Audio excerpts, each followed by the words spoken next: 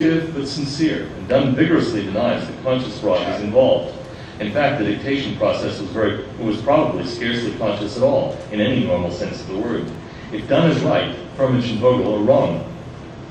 Mutually contradictory accounts are not mutually reinforcing. They're not cumulative. Quite the contrary, they weaken each other.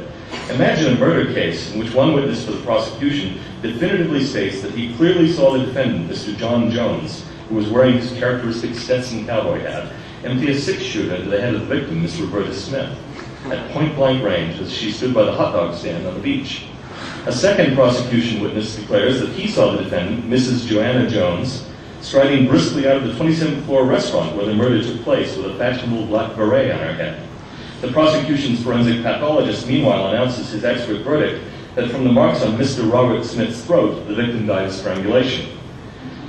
With evidence of that character, the prosecution would need more to seek an indictment, and could never even in its remotest fantasies dream of conviction.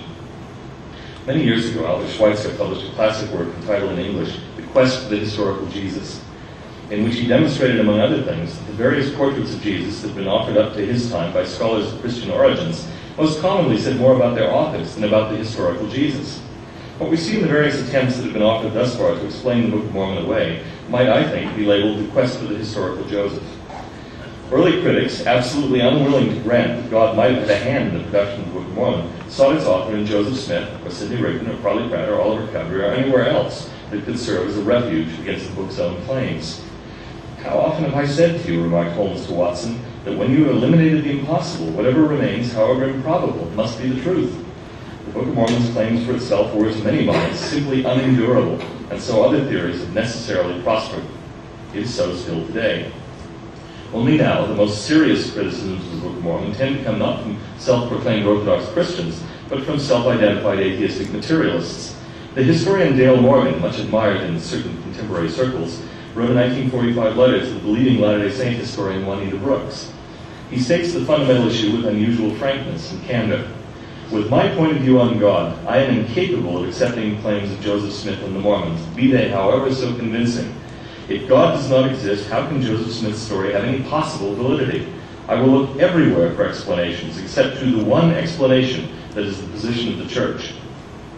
Regarding the Book of Mormon, the editors of American Apocrypha acknowledged, quote, the book's interesting and impressive literary, theological, psychological, and spiritual qualities that have had such a profound impact on people. It's refreshing to find some critics now acknowledging the Book of Mormon's once universally denied merits. Nonetheless, they deny the factual truth of its narrative. Is the Book of Mormon pseudonymous? We think so. Apocryphal? Yes. Is it therefore less able to touch people's hearts? No.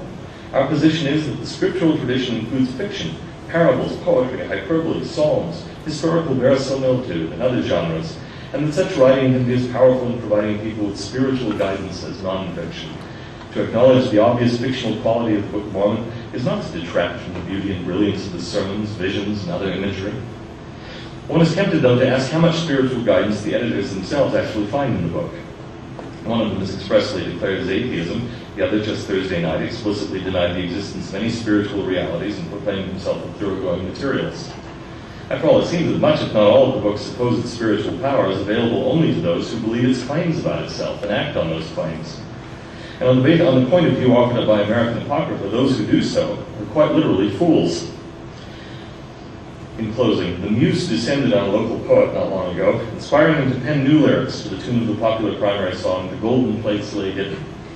The resulting poem serves nicely, I think, to summarize the position at least assumed by the editors and authors of American Apocrypha, when they're not speculating about the manufacture of tin plates to bedazzle the local peasants.